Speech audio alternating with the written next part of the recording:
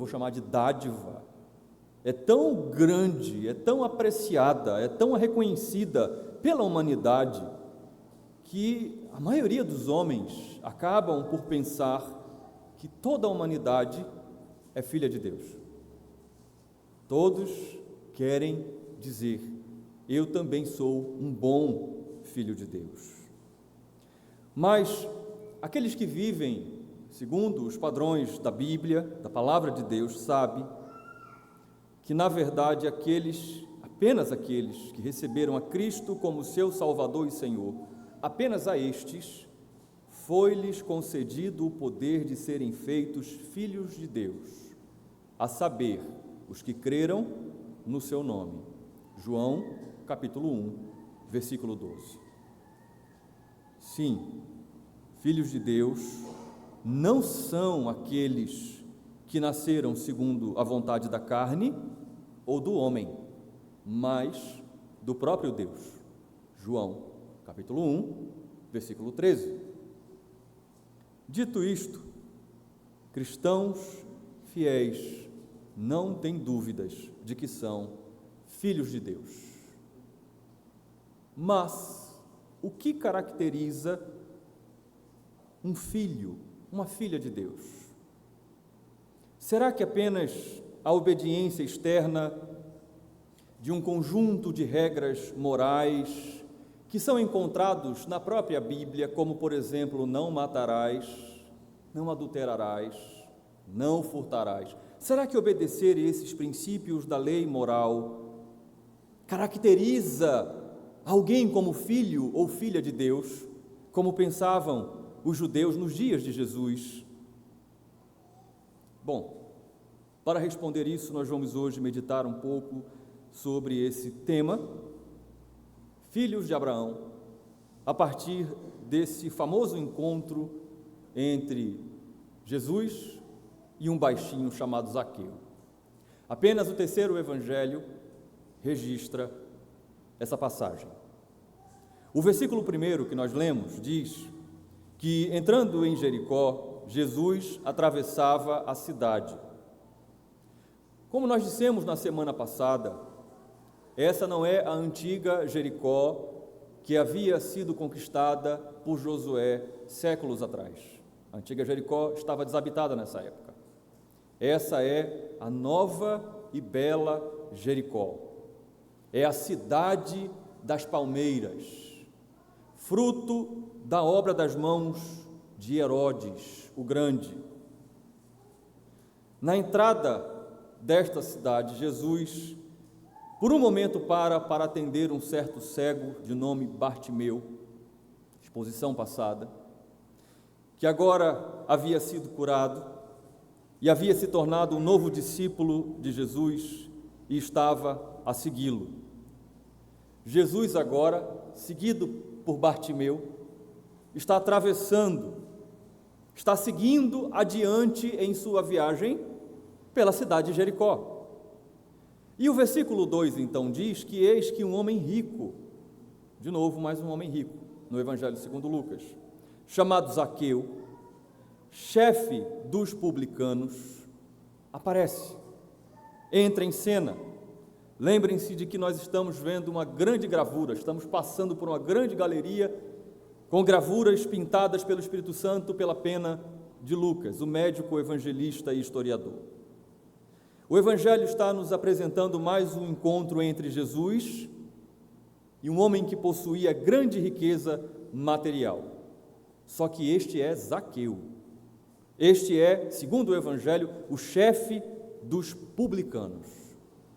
Nós já vimos em outras passagens, no capítulo 5, afinal de contas, Levi, também conhecido por Mateus, discípulo de Jesus, ele foi chamado para seguir a Jesus, ele foi chamado para ser seu discípulo saindo da coletoria. No versículo 10 nós tivemos ainda uma outra passagem falando sobre os publicanos. Nós já vimos que quem eles eram? Eram cobradores de impostos que estavam a serviço do Império Romano, eram do fisco, eram aqueles que, lá para abril, maio, nós temos contadores aqui, iam lá tirar a fatia dos impostos para serem levados para o império. E por causa disso, eles eram odiados por todas as classes de pessoas, por toda a sociedade, e isso inclui alguns romanos, mas principalmente pelos judeus. Esse publicano, como eu disse, ele não era um publicano qualquer. Zaqueu é um nome hebraico que é a forma abreviada do nome Zacarias, que de modo muito curioso significa justo, inocente, puro. Esse Zaqueu era um judeu que chefiava o grande sistema de arrecadação de impostos desta cidade, que, como nós dissemos na exposição passada, era uma rota de entrada muito importante para todos os que vinham para Jerusalém, vindos da Judéia e da Pérea. Mas Jericó também era uma rota comercial de um produto muito valioso na época, que você já ouviu na Bíblia, o bálsamo. Por causa disso, Jericó acabou tomando um posto, uma posição importante como uma grande fonte de arrecadação de impostos para Roma. O fato é que era muito dinheiro que rolava. E os publicanos recebiam comissões disso. Parte da arrecadação dos impostos era para o seu próprio lucro, mas eu já disse a você em outra ocasião que esses publicanos, esses cobradores de impostos, eles cobravam além do que eles tinham que cobrar para o seu próprio lucro pessoal. Então eu quero que você tente imaginar esse cenário. Zaqueu não é um publicano qualquer, ele é o chefe dos publicanos. Mas ele não é chefe dos publicanos, dos cobradores de impostos numa cidade qualquer.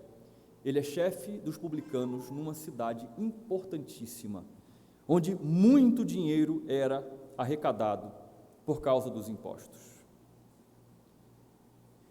Zaqueu era um homem que lucrava muito, porque ele era o chefe de um grande sistema de corrupção que permeava, que estava entranhado por todo o Império Romano.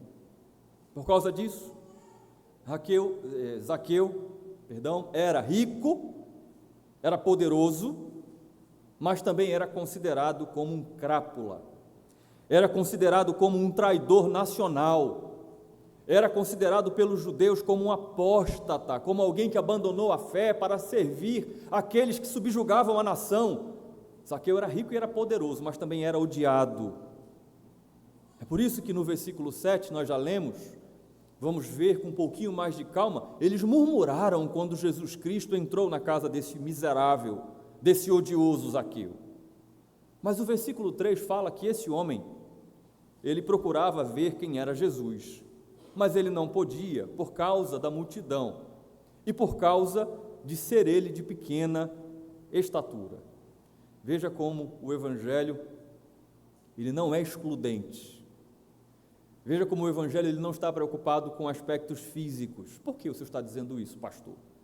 Porque o Evangelho, o Espírito Santo, usa Lucas, esse médico formado em fisiologia humana, para dizer que ele era baixinho. Então você não deve ter complexo se você é baixinho, se você é altinho.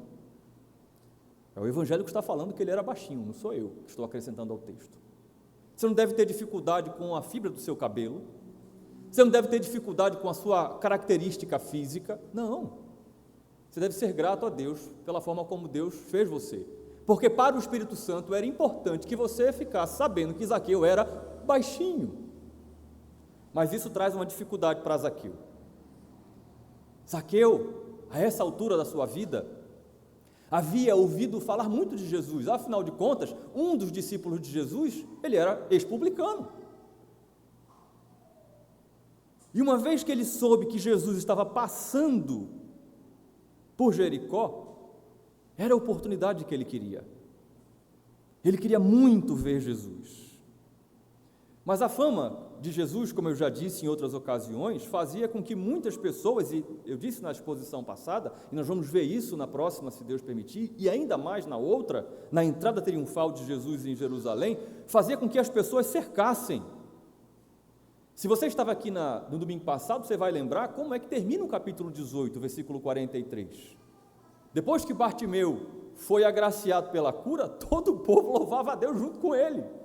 Então esse era o cenário que cercava Jesus passando por Jericó. Então aquele homem rico se viu em desvantagem, porque era baixinho, ele não tinha condições de ver. Então ele tomou uma decisão. Preste atenção na decisão e no que Zaqueu faz. Versículo 4. Correndo adiante, subiu num sicômoro, a fim de ver Jesus, porque ele havia de passar ali. Zaqueu refletiu, pensou, conhecia muito bem Jericó, a cidade que lhe fazia cada vez mais rico, e ele disse: Jesus vai passar por aqui. Se eu quiser vê-lo, é aqui que eu tenho que me posicionar.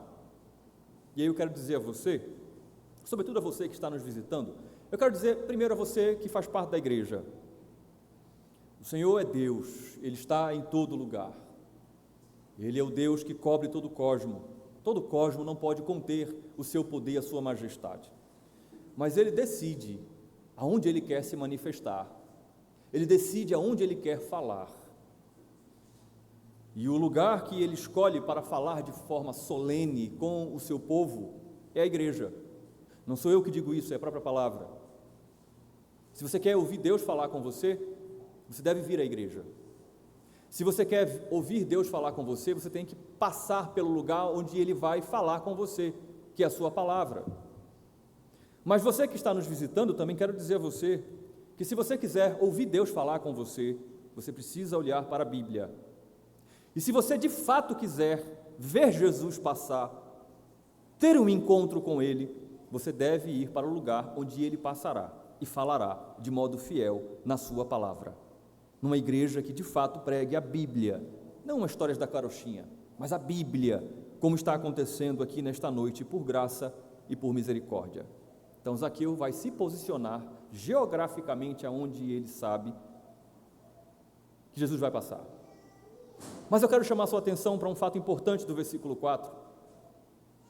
O versículo 4 diz que ele sobe num sicômoro a fim de ver Jesus.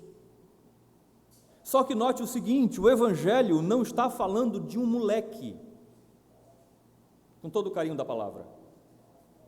Não está falando de um menino subindo numa árvore para traquinar. Não. O Evangelho também não está falando de um desocupado, de um lunático que não sabia muito bem o que fazia. Não. Muito menos o Evangelho está se referindo a uma pessoa sem destaque social. É uma das pessoas mais importantes dessa cidade.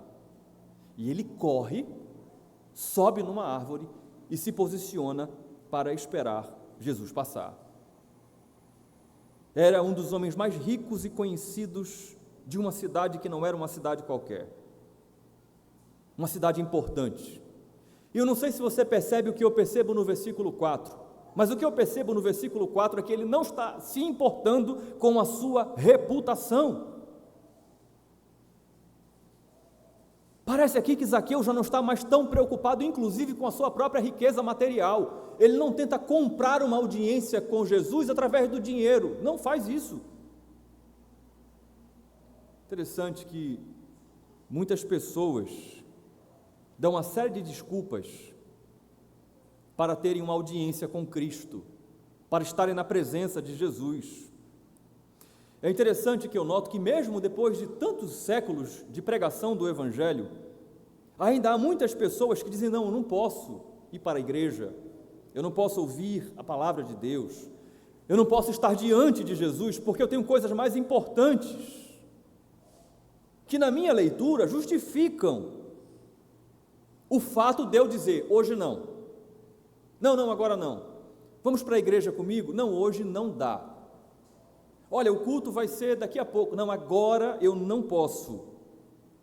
Perceba o que o versículo 4 está dizendo: que Zaqueu sequer tenta arranjar um encontro pessoal com Cristo. Ele está correndo, o que é um fato inapropriado para um judeu maduro. Lembram da exposição da parábola do filho pródigo? Que o pai, quando vê o filho ao longo, ele para o que está fazendo e corre ao encontro do filho, e isso não era adequado para um homem da sua condição social, está acontecendo novamente aqui. Zaqueu não está preocupado das pessoas pensarem, o que aquele homem rico e importante está fazendo, correndo no meio da rua? Não. Ele está gastando a sua energia, ele está dedicando a sua saúde para subir num sicômoro, que era uma árvore muito comum em Jericó. Era uma espécie de figueira, e eu lembrei muito de Thaís, minha esposa, que gosta de figo. Dava figos doces, o sicômoro. Eram árvores que poderiam chegar até 18 metros de altura, 18 metros. Árvores grandes.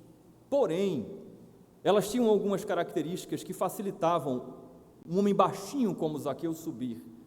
Os seus galhos, eles eram paralelos, eles cresciam paralelos ao chão, e eles começavam logo embaixo no caule. Então era fácil para alguém como Zaqueu subir, e ele sobe no sicômoro. Exigia um certo esforço para Zaqueu, mas era possível para aquele homem baixinho que queria ver Jesus, pelo menos de longe, pelo menos de cima de uma árvore. Você percebe o que eu estou frisando para você que está ouvindo o Evangelho? O que eu estou destacando no versículo 4, pare de dar desculpas, quando o assunto é Cristo e a sua palavra. Pare de dar desculpas, quando o assunto é a sua vida com Deus, porque vai exigir esforço seu, vai exigir sua saúde, sua atenção, seu tempo, vai. Mas se você quiser ter um encontro com Deus, Ele vai, lá na criação, providenciar uma espécie de árvore que vai chegar até 18 metros de altura, mas que vão ter galhos suficientemente baixos para que o baixinho Zaqueu, nesse dia que se chama hoje, possa se encontrar com Jesus. Se você quiser estar diante de Deus, Ele vai providenciar o que você precisa. Então pare, de uma vez por todas, de tentar se enganar e dar desculpas a Ele. Versículo 5, quando Jesus chegou àquele lugar, olhando para cima, disse, Zaqueu, desce depressa, porque hoje preciso ficar na sua casa. Bom, se Zaqueu conhecia a fama de Jesus, Jesus Cristo, o Senhor, Jesus conhecia ele mais ainda. Conhecia ele pelo nome, e ele nem sabia. É interessante que as pessoas sempre têm essa ideia poética. Você quer ver Deus? Você tem que olhar para cima, tem que olhar para o céu. Aqui o Evangelho está colocando, preste atenção nisso, uma situação que é oposto. Quem está em cima é um homem, é o baixinho Zaqueu. É ele que está numa posição física acima das pessoas que passavam. De modo que para se dirigir a ele, Jesus precisou olhar para cima. E até o versículo 5, eu esmiuço o texto grego e não tem complexidade no texto. É exatamente como está descrito aqui na língua portuguesa. Jesus simplesmente olhou para cima, não tem nada de complexo, não tem nada aqui que não foi traduzido. Aquele era o lugar marcado para esse encontro na eternidade. O encontro foi marcado quando ela tocou na ponta da veste do Senhor. A outro, o lugar marcado para o encontro foi esse, ficar gritando de longe, tem misericórdia de mim, e de longe ouvir, vá, se apresente aos sacerdotes. A outro, o lugar do encontro foi esse, tragam ele até mim, venha Bartimeu. A esse homem baixinho chamado Zaqueu, o lugar do encontro é este. Jesus está dizendo, você correu, você se apressou, você subiu, você se esforçou para me ver, agora eu tenho uma orientação para você: desça daí, porque hoje preciso ficar na sua casa. Desça daí, Zaqueu, porque hoje eu preciso ficar na sua casa. Em outras palavras, eu conheço você, eu sei quem você é, e eu estou chamando você pelo seu nome hoje. Eu preciso ficar na sua casa. E aí começa o nosso trabalho de olhar com mais cuidado para o texto, porque talvez você, assim como eu, lá atrás, quando comecei a ter contato com a Bíblia, olhava para esse texto e pensava: nossa, Zaqueu foi afortunado, Jesus precisava descansar, e então ele disse: eu preciso ficar na sua casa. Mas não é isso. O que algumas traduções traduzem o verbo eu preciso, outras traduzem importa. Convém que eu fique na tua casa hoje. E essa é a versão que basicamente a maioria dos irmãos aqui usa. A Nova Versão Internacional diz: eu quero ficar na tua casa. Mas a versão do Rei Tiago, ela traduz talvez de forma mais fiel aquilo que o verbo grego está expressando: eu devo ficar na sua casa. É necessário que eu fique na sua casa. É imperativo, pela força da necessidade, que eu vá na sua casa, mas não é por minha causa, Zaqueu, é por sua causa. Eu marquei esse encontro com você, eu conheço você pelo nome, eu estou chamando você pelo nome, estou dizendo: desça daí hoje, porque eu vou para a sua casa hoje, porque você precisa de mim hoje. Eu devo ficar lá. A versão do Rei Tiago diz: eu devo pousar. A ideia é essa: eu devo pousar, eu devo permanecer, não é uma visita. A construção do texto não é para fazer uma visita, não é uma passagem. Jesus está de passagem, mas a construção grega não é uma passagem. Você precisa que eu vá para a sua casa e eu pouse nela, e eu fique nela, e eu permaneça nela. Eu continue presente neste lugar determinado. Cristo dizendo que eu determinei que eu devo estar na sua casa. E é casa mesmo, na sua habitação, no lugar onde você mora. É essa sua casa mesmo, Zaqueu, que é odiada, invejada pelos homens que cercam você. É essa sua casa que, se dependesse dos seus adversários, dos seus opositores, já tinha sido feita em ruínas, em monturo. Eu quero ir para a sua casa, eu quero entrar na sua casa e eu quero permanecer, eu quero ficar, eu quero pousar na sua casa.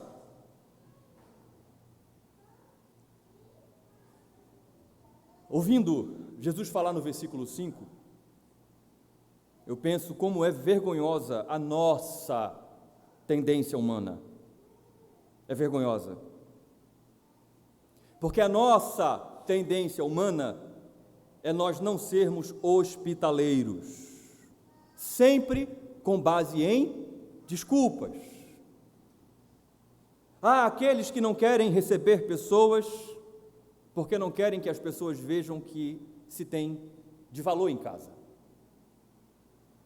Há ainda aqueles que não querem receber pessoas, porque não querem o que não se tem de valor em casa. Desculpas por cima de desculpas, para fecharem as portas da sua casa. Uns para os outros: a minha casa é muito simples, a minha casa é muito pequena. E para fechar as portas da casa para Cristo. Jesus, no versículo 5, demonstra que ele não está preocupado se ele está entrando numa casa simples da Palestina, como foi o caso da sogra de Pedro, ou se ele está entrando numa casa pomposa de um rico e odiado pecador como Zaqueu. Vocês devem lembrar muito bem que o Senhor Jesus Cristo advertiu os seus discípulos. Ele disse a eles que quando eles fossem acolhidos nas casas durante a grande missão, eles ficassem gratos, agradecidos, eles entrassem, permanecessem naquelas casas e eles ficassem agradecidos com tudo o que fosse oferecido a eles de coração. Nós vimos isso no capítulo 10, versículos 7 e 8, a missão dos 70. Jesus está mostrando para mim e para você, crente, como nós devemos agir. Jesus não está agindo com cerimônias. Jesus não pede permissão a Zaqueu. Ele diz: desce que quero ficar na tua casa. E na sua autoridade, porque ele tem autoridade de dizer: quero ir para a sua casa sem pedir. Eu não tenho. Eu não posso fazer isso com vocês. Quero ir na sua casa. Eu posso pedir. Você não quer me convidar? Na autoridade que ele tem, ele disse: desce daí, porque eu quero ficar na tua casa. Ele tem autoridade para fazer isso. Assim como ele tem autoridade para dizer: o cenáculo será preparado para a Páscoa. Assim como ele tem autoridade para dizer assim: vai lá e diz: o mestre mandou pedir o jumentinho. Então, se ele pedir a mim e a você, se ele pedir a mim e a você, eu não tenho medo desse discurso, que infelizmente é usado por aí afora nas igrejas, com intuitos maus. Se ele pedir a você o que é seu, o seu jumentinho, você só vai dizer assim: está aqui, Senhor, é teu, para o Senhor usar como o Senhor bem quiser.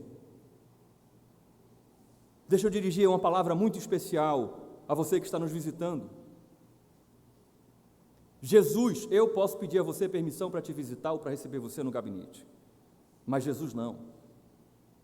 Jesus nunca pediu a você que está afastado do Evangelho ou que nunca se rendeu a Cristo como seu Salvador, Ele nunca pediu a você: eu posso entrar na sua vida?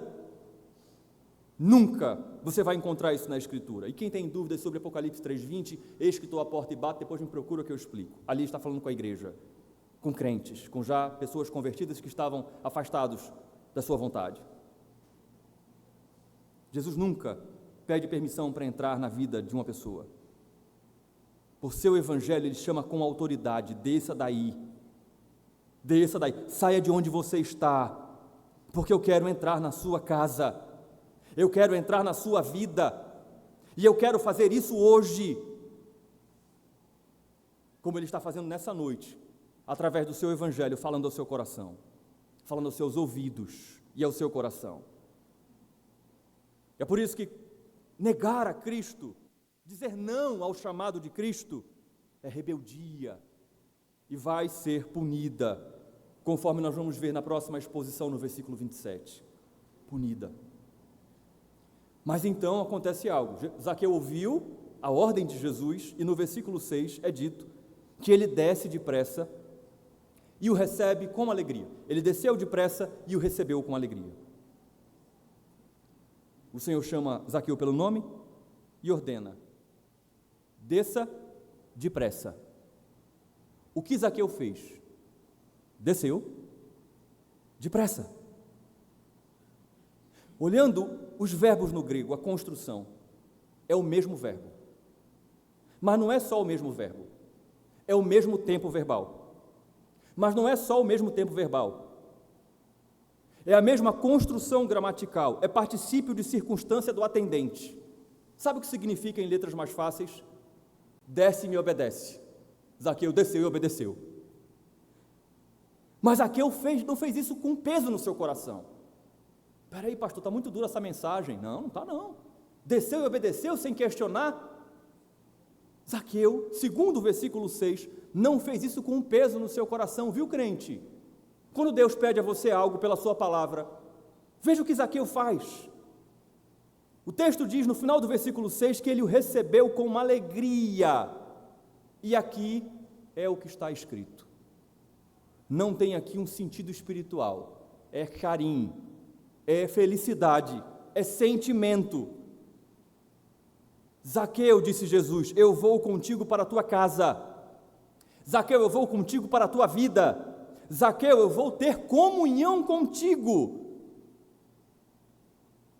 Isso produziu alegria, mexeu com as emoções, os sentimentos de Zaqueu e produziu alegria.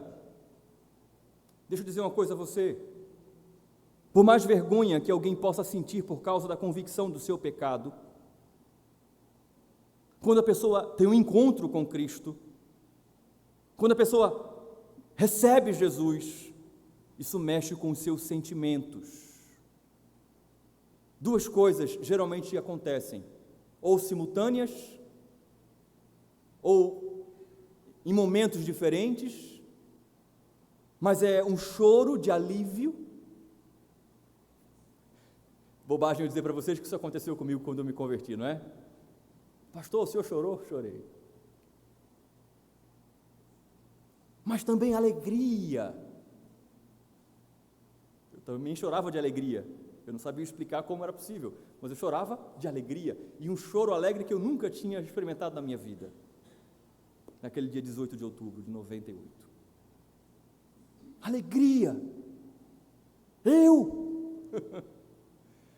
Eu ouvi o Senhor chamando o meu nome, o Senhor quer entrar na minha casa, na minha vida, logo eu.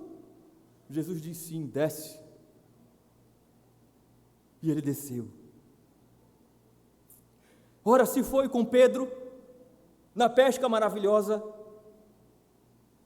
quando Jesus opera o milagre, e de uma vez por todas os olhos de Pedro são abertos, e ele vê diante dele o Salvador, o que ele faz? Ele cai de joelhos e diz assim: se afaste de mim, Senhor, porque eu sou pecador. Lucas 5:8. Mas foi assim com Zaqueu. O que inundou Zaqueu foi felicidade, foi júbilo, foi alegria. Na mesma velocidade que ele subiu, ele desceu, rápido. Ele corre e sobe na árvore. Depois ele desce, porque ele recebeu uma ordem e ele obedeceu. Perceba, nós estamos falando de quê? De um moleque que sobe na árvore, rápido, correndo, sai correndo, subiu na árvore para ver o cara passar. Depois, esse cara que é mais alto do que ele, diz: desce daí. Aí ele desce rápido. Não parece um homem, não parece um milionário, um homem rico. Parece uma criança. Não parece? Não parece uma criança, correndo, subindo na árvore, recebendo uma ordem, descendo sem questionar. Parece uma criança. Guarda isso, por favor. Versículo 7. Todos os que viram isso murmuravam, dizendo que Jesus tinha se hospedado com um pecador. E embora aqui não seja dito de forma aberta, nós vamos ver com a continuação do texto que eram judeus que estão murmurando. E a palavra murmurar no grego aqui é reclamar, mas não é reclamar baixinho, é reclamar de modo audível. Começaram a reclamar de modo audível, fazerem reclamações para que as pessoas ouvissem essa reclamação. Jesus se hospedou com um pecador. Mas por que eles estavam reclamando? O que eles tinham a ver com isso? Se Jesus não estava dando nenhum tipo de prejuízo para eles. É simples. Jesus agora é famoso. Jesus agora é considerado por grande parte de Israel como um rabi, como um mestre. E nenhum mestre, certamente, entrou na casa daquele traidor, daquele déspota, daquele apóstata. Nenhum. E Jesus entrou naquela casa. E se hoje você receber alguém em casa, demonstra intimidade, naquela época muito mais. Entrar na casa de alguém era de fato ter comunhão com essa pessoa. Era dizer: eu compactuo com o estilo de vida desta pessoa. E Jesus, sabendo disso, entrou na casa daquele pecador. É interessante, note, para sua edificação e reflexão, crente. Nenhum dos piedosos que estão agora murmurando, nenhum dos cumpridores da lei, convida Jesus para entrar em sua casa. Nenhum desses piedosos implora a Jesus, dizendo: Senhor, eu sou um homem piedoso, mas eu não mereço que o Senhor entre na minha casa, como fez o centurião romano. Nenhum desses piedosos disse: por favor, entre em minha casa. Mas, preste atenção nisso aqui, bastou Zaqueu receber Jesus para ser criticado. O que isso tem a ver com a sua vida? Quando o negócio aperta na sua vida, quando a depressão bate à sua porta, quando a saúde vai embora, o dinheiro, quando você de fato precisa de ajuda consistente, espiritual, ninguém está junto com você. Ninguém chega para você e diz: vem para cá, eu vou te levar para a igreja, eu tenho uma coisa boa para te dar, para o teu enlevo espiritual. Mas basta chegar a notícia de que você agora é um crente, de que você recebeu Jesus na sua casa, na sua vida, que qual é a pergunta que eu ouvi, e certamente você deve ter ouvido como novo convertido: tu é crente agora? Não é, irmã Capitolina? Tu é crente agora? A vontade que dá é perguntar: sim, o que você tem a ver com isso? Porque a minha vida estava na lama do pecado, e você nunca fez nada por mim. Você está me criticando porque agora eu sou crente? Porque agora eu não bebo mais? É o que está acontecendo aqui. Agora não só Zaqueu, mas o próprio Senhor está sendo criticado. Por quê? Porque entrou na casa de um pecador. Mas, passando rápido por esse versículo 7, aquele pecador chamado Zaqueu, que estava sendo agraciado pela vinda de Cristo à sua casa, à sua vida, está vivendo um momento completamente diferente do que aqueles murmuradores. Versículo 8. Zaqueu, por sua vez, se levantou e disse ao Senhor: Senhor, vou dar a metade dos meus bens aos pobres, e se roubei alguma coisa de alguém, vou restituir 4 vezes mais. Mais uma vez nós temos aqui a ação do Espírito Santo usando a vida do detalhista evangelista Lucas, dando aqui uma síntese, um resumo. Você deve ter percebido isso. Porque eu pergunto a você: aonde é que está o diálogo? Onde é que está a conversa entre Jesus e Zaqueu, que produziu essa confissão, como nós vamos ver agora, de fé de Zaqueu? Não está aqui porque esta não era a ênfase do Espírito Santo. O foco aqui está no impacto que o Evangelho em pessoa causou na vida deste novo homem. Zaqueu, por sua vez, se levantou e disse ao Senhor. É um contraste, é uma comparação de 2 opostos entre os murmuradores e Zaqueu. Se esses murmuradores não chegam na cara de Jesus para dizer, mas ficam comentando pela cidade, Zaqueu se põe de pé. E essa atitude era uma atitude pública para um pronunciamento solene. Ele chama atenção para ele, como Jesus fez em várias ocasiões na sinagoga. E então ele vai, se colocando de pé, aquele pequeno homem, ele vai começar a declarar solenemente a sua fé. Ele começa dizendo assim: Senhor.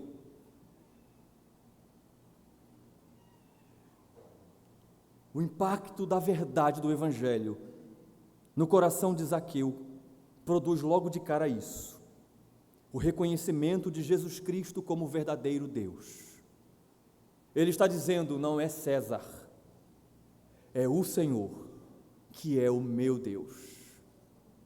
O mesmo termo, o mesmo nome, o mesmo adjetivo que é dado exclusivamente ao Deus de Israel, a Yahvé, está sendo dado a Cristo. Mas em seguida Zaqueu faz 2 promessas, que também vão expressar a síntese, o resumo da convicção pessoal dos seus próprios pecados. Ele diz assim: eu tenho mais do que eu preciso, e tem mais. O muito que eu tenho, eu acumulei de forma desonesta. Por causa disso, eu vou pegar metade do que eu tenho e vou dar para quem não tem. Eu vou dar para quem precisa. Eu reconheço que a minha riqueza, ela não é lícita, ela não é justa. Que eu ter o que eu tenho, eu sou um acumulador. Não tem acumulador, né? Tem uns programas aí de reality show de acumuladores, né? Que não consegue jogar as coisas fora. Pronto, tem gente que é acumulador de dinheiro. Tá difícil, pastor, eu sei, irmão. Mas para quem tem condições, oportunidade, faz o que pode para acumular dinheiro. Tem mais do que precisaria. Pode acreditar no que eu estou dizendo. Então Zaqueu diz: eu tenho mais do que eu preciso e tem mais. O que eu adquiri é fruto do meu trabalho, mas é fruto do meu trabalho desonesto. Em segundo lugar, ele diz: E se eu conseguir identificar que eu roubei, que eu extorqui, que eu tomei algo de alguém, é a versão do rei Tiago, tomei algo de alguém por falsa acusação, eu vou devolver 4 vezes mais. Por que Zaqueu está dizendo isso? A lei dizia que no caso de roubo, no caso de fraude, a vítima deveria ser indenizada com 1/5 do valor do bem, 20%. Mas, no caso de haver um dano mais grave,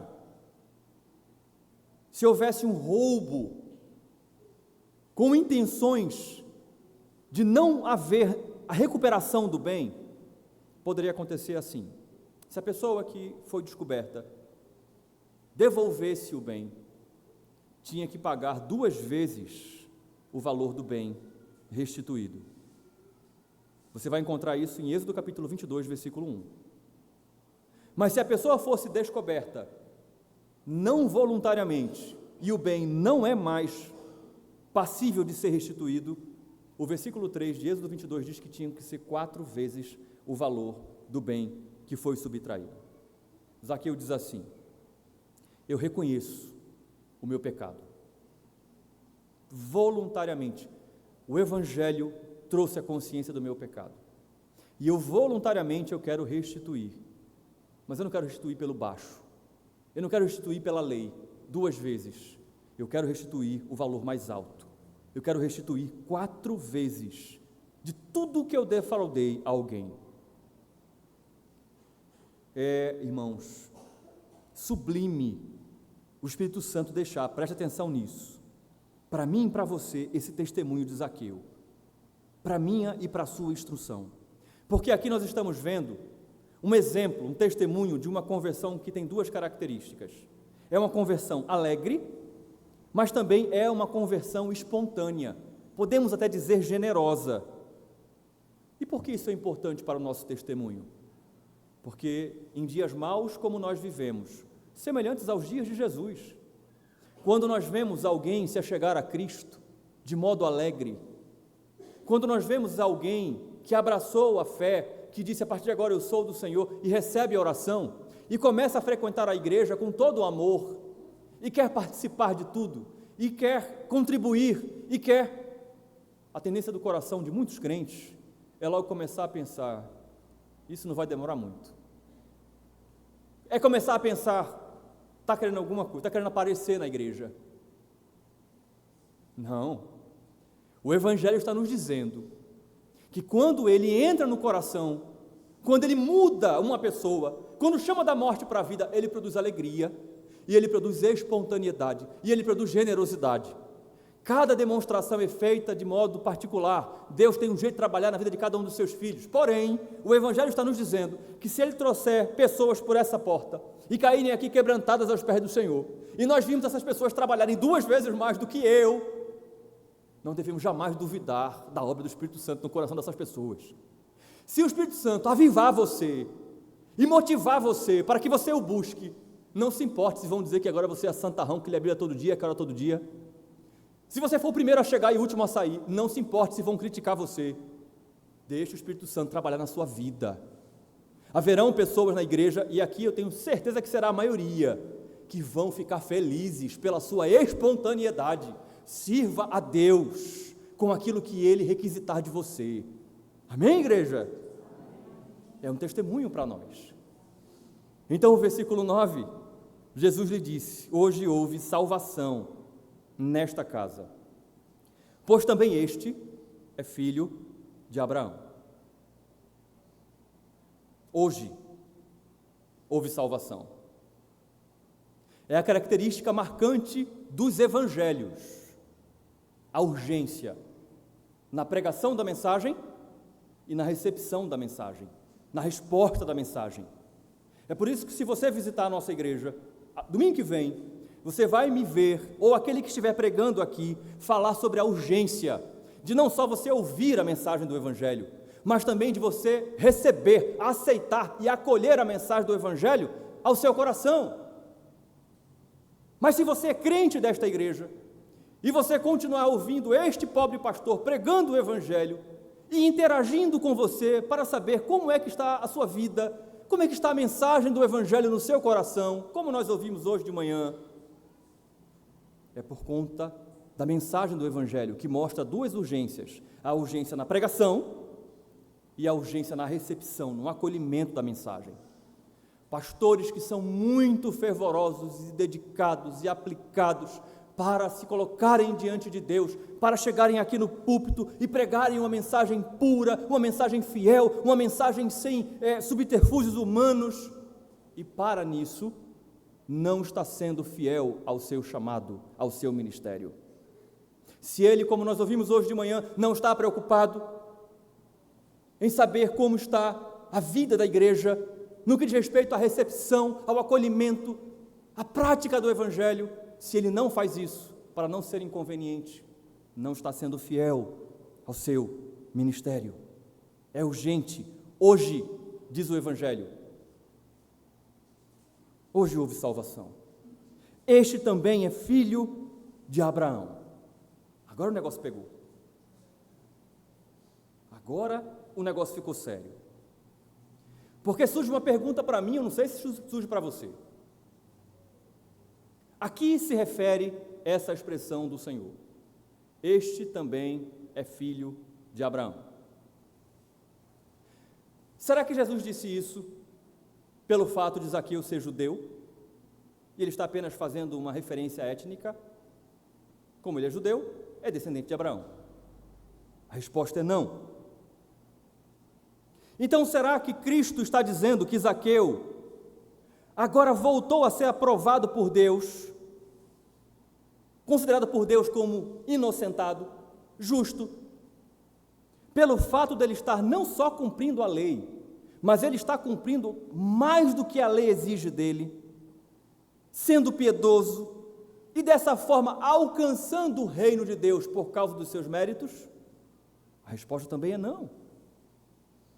Mas então seria o caso de Zaqueu ser nomeado filho de Abraão, para que ele pudesse ser salvo por causa dos méritos de Abraão, que é o pai da nação, que é um exemplo, o maior exemplo de piedade de Israel? A resposta também é não. A resposta está associada com aquilo que nós ouvimos na doutrina quinta-feira passada, especialmente no versículo 13 de Romanos 4, caminhando para o fim da nossa mensagem. Romanos 4,13 diz assim, o Espírito Santo usa Paulo para dizer assim: não foi por intermédio da lei que Abraão ou a sua descendência coube a promessa de ser herdeiro do mundo, e sim mediante a justiça da fé. Não foi por intermédio da lei que Abraão ou a sua descendência, os seus filhos, Zaqueu, não foi por intermédio da lei que coube a promessa, que coube a herança do mundo. E quem estava aqui na quinta-feira pôde saber, e quem não estava pode acompanhar lá no Spotify. Já está disponível no canal da igreja e no meu particular. Foi por causa da justiça da fé. O que Romanos está trazendo de luz para Lucas, capítulo 19, versículo 9, é isso. Abraão é o pai na fé de todos aqueles que andam nas suas pegadas, nas pegadas da fé de Abraão. É o que está no versículo 12, lá de Romanos 4. Todos os que são justificados pela fé na promessa do descendente. E quem é esse descendente? É Cristo, segundo Gálatas capítulo 3, versículo 16. Ora, Zaqueu não é declarado salvo por ser filho de Abraão, por ter recebido a palavra da promessa. Porque se fosse essa palavra da promessa desacompanhada da fé, não lhe teria sido proveitosa para a salvação, como nós ouvimos hoje de manhã em Hebreus capítulo 4, versículo 1 e 2. Cristo está declarando Zaqueu, filho da promessa, descendente de Abraão, por causa do descendente, que é ele mesmo, Cristo. Mas o que isso tem a ver comigo, pastor? Tudo! Porque todos os que creem em Cristo, todos os que se submetem a Ele como seu Senhor, estão tomando posse da palavra da promessa, com proveito por meio da fé, e por isso são declarados diante de Deus inocentes. Logo você, crente, é um legítimo filho da promessa. Você, crente, é uma legítima descendente de Abraão, por causa do descendente que é Cristo. Você que está nos visitando hoje, você quer tomar parte na promessa, quer que a promessa também seja proveitosa para você, você quer ser identificado ou identificada como filho ou filha de Abraão, filho ou filha de Deus, receba Cristo em sua casa, receba Cristo em sua vida, e então Ele vai dizer: eis aí um legítimo filho de Abraão, eis aí um legítimo filho da promessa, eis aí um legítimo, uma legítima filhos de Deus. Mas pastor, será? Logo eu? Será que Ele me conhece, pastor? O senhor não me conhece, nem sabe o meu nome? Deixa eu dizer a você que sim, Ele conhece você e conhece você pelo nome. Ele conhecia Zaqueu pelo nome e Ele conhece você pelo nome. Ah, pastor, até entendo, porque afinal de contas Ele é o Deus Todo-Poderoso, Ele é o Deus Onisciente. Mas então eu quero perguntar, será que Ele tem tempo para mim? Deixa eu dizer a você que sim, e o tempo que Ele chama você é hoje, não é amanhã. Mas talvez você ainda tenha uma dúvida: será que Ele vai mesmo querer entrar na minha vida? Na minha casa? Está tudo bagunçado, pastor, só Ele sabe. Deixa eu dizer a você que sim, assim como Ele entrou na casa do odioso Zaqueu, Ele quer entrar na sua vida. Na verdade, eu não preciso nem completar o que eu estou dizendo, porque Ele mesmo diz isso no versículo 10, quando Ele diz: porque o Filho do Homem veio buscar e salvar o perdido. Veio buscar e salvar o perdido. Quem veio buscar? O Filho do Homem. A semente da mulher prometida em Gênesis 3,15. O Filho do Homem, o descendente de Abraão prometido em Gênesis 17,6. Quem, pastor, vai entrar na minha casa? O Filho do Homem, o rebento de Jessé, prometido em Isaías capítulo 11, versículo 1. Pastor, quem é que vai entrar na minha casa, na minha vida? É o Filho do Homem, é Jesus Cristo, é a imagem do Deus invisível, Colossenses 1,15. Quem é que vai entrar na minha casa, pastor? É o Jesus Cristo, o Filho do Homem, o Verbo de Deus, segundo João 1, é o Salvador, segundo Mateus 1. Ele veio. É o que o Evangelho diz. Duas coisas: buscar, que poderia ser melhor traduzido por procurar, mas com o sentido de alcançar algo que se deseja. E aqui eu quero dizer uma coisa para você que é crente agora, crente, que assim como eu, tem membros da sua família que você ora há anos por salvação, pessoas que nunca se renderam a Cristo, pessoas que um dia se renderam a Cristo, mas se afastaram dos caminhos do Senhor. Preste atenção na primeira coisa que o Filho do Homem veio fazer. Ele veio buscar, ele veio procurar, ele veio alcançar algo que ele deseja. Ele veio para isso. Ele veio. Então deixa eu dizer a você o que Deus falou ao meu coração. Se Ele deseja alcançar, Ele vai alcançar. Não há nada, absolutamente nada que impeça isso. Não tem coração duro, não tem circunstância. Você está ouvindo isso, crente? Creia nisso. Lembre-se do que eu falei hoje pela manhã. Ouça com atenção o que Deus está falando e creia em segundo lugar. Creia nisso. Se Ele veio para buscar, se Ele veio para buscar o seu filho, a sua filha, se Ele veio para buscar o seu pai, a sua mãe, o seu marido, não tenha dúvida, continue apenas orando, continue apenas buscando, continue apenas confiando, sendo crente, dando testemunho, mas pode ficar certo, pode ficar certa, meu irmão e minha irmã, depois você me diz, porque depois eu vou dizer a você, se Ele veio buscar aquilo que Ele procura, acabou. Ele vai resgatar, é dele, é dele. Mas ele veio salvar. E a palavra é isso, libertar do pecado, libertar do juízo vindouro. Ele veio. E aí eu me lembrei, só tem uma pessoa na igreja que vai entender, que é Thaís.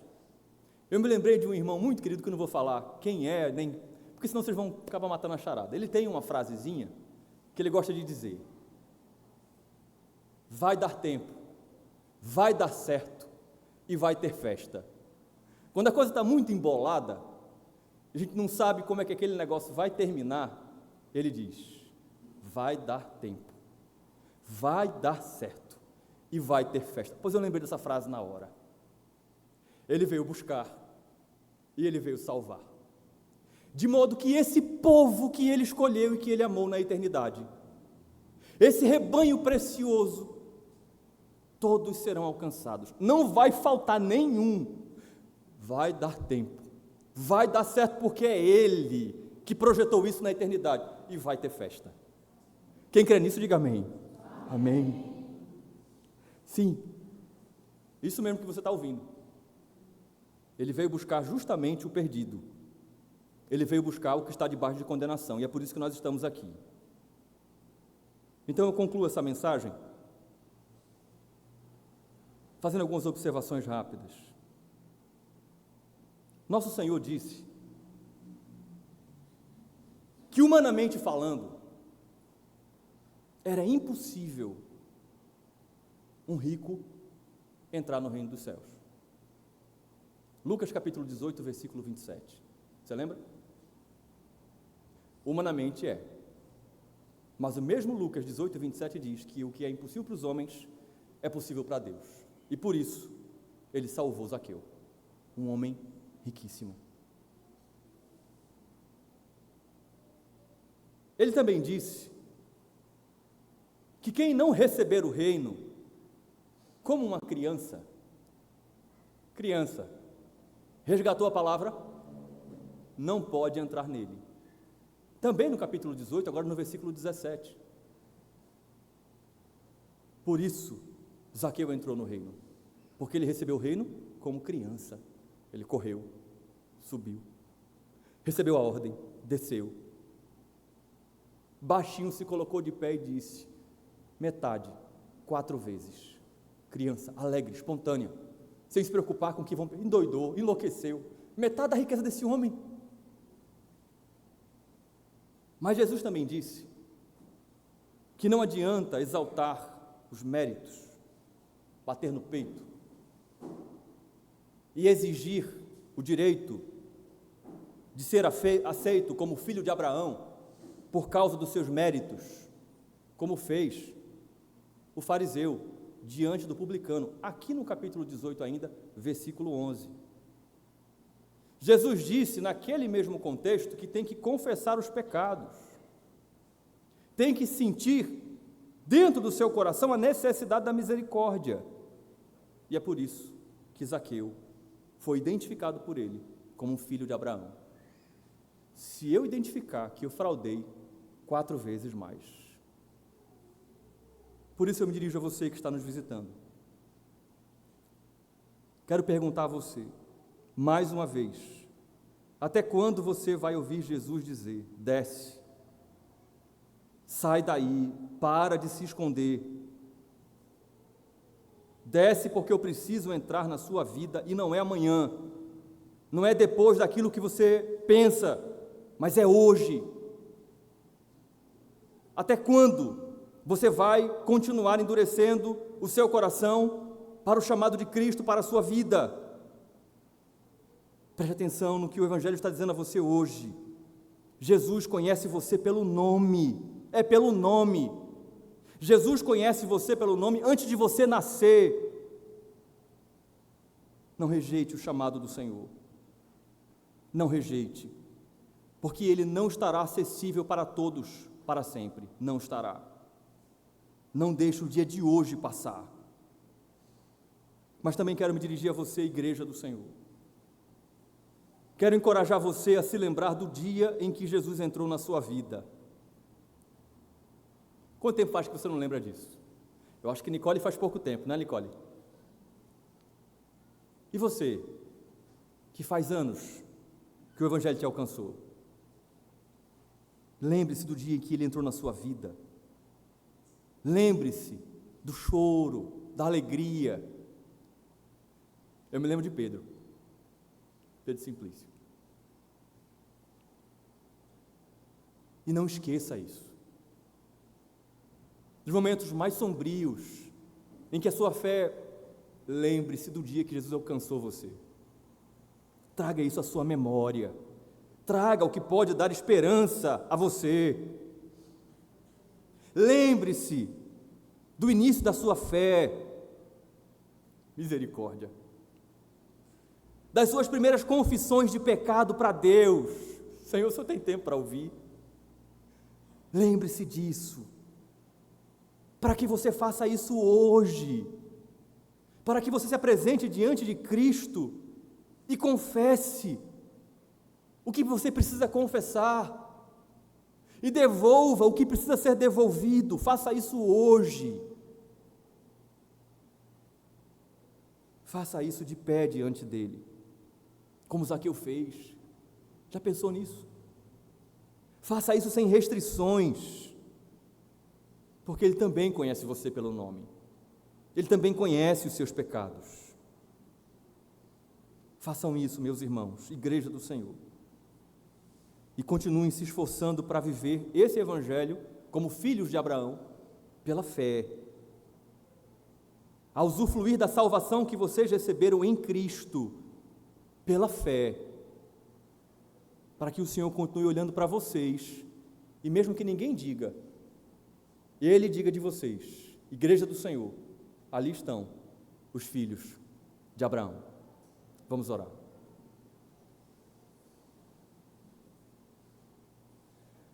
Deus bendito, a Tua palavra foi pregada e aplicada aos nossos corações. Nós suplicamos a Ti, Senhor, que a semente do Teu Evangelho que caiu em nossos corações não seja levada pelas aves, não germine, mas seja queimada pelo sol por cair em terreno pedregoso, não seja sufocada pelos espinhos, pelos cuidados dessa vida, pela sedução do mundo, por aquilo que não queremos perder no pecado, mas que o Senhor nos abençoe, nos concedendo uma boa terra no nosso coração, para que essa semente caia, frutifique para o Senhor. Que a Tua palavra santifique e fortaleça aqueles que já são Teus, ó Deus. E que da mesma forma o Senhor fale aos corações que aqui estão, trazendo de volta os filhos à Tua casa, chamando aqueles que nunca se renderam a Ti. Faz isso, ó Espírito Santo de Deus. Aplique a Tua palavra aos corações. É o que te oro, em nome de Jesus. Amém.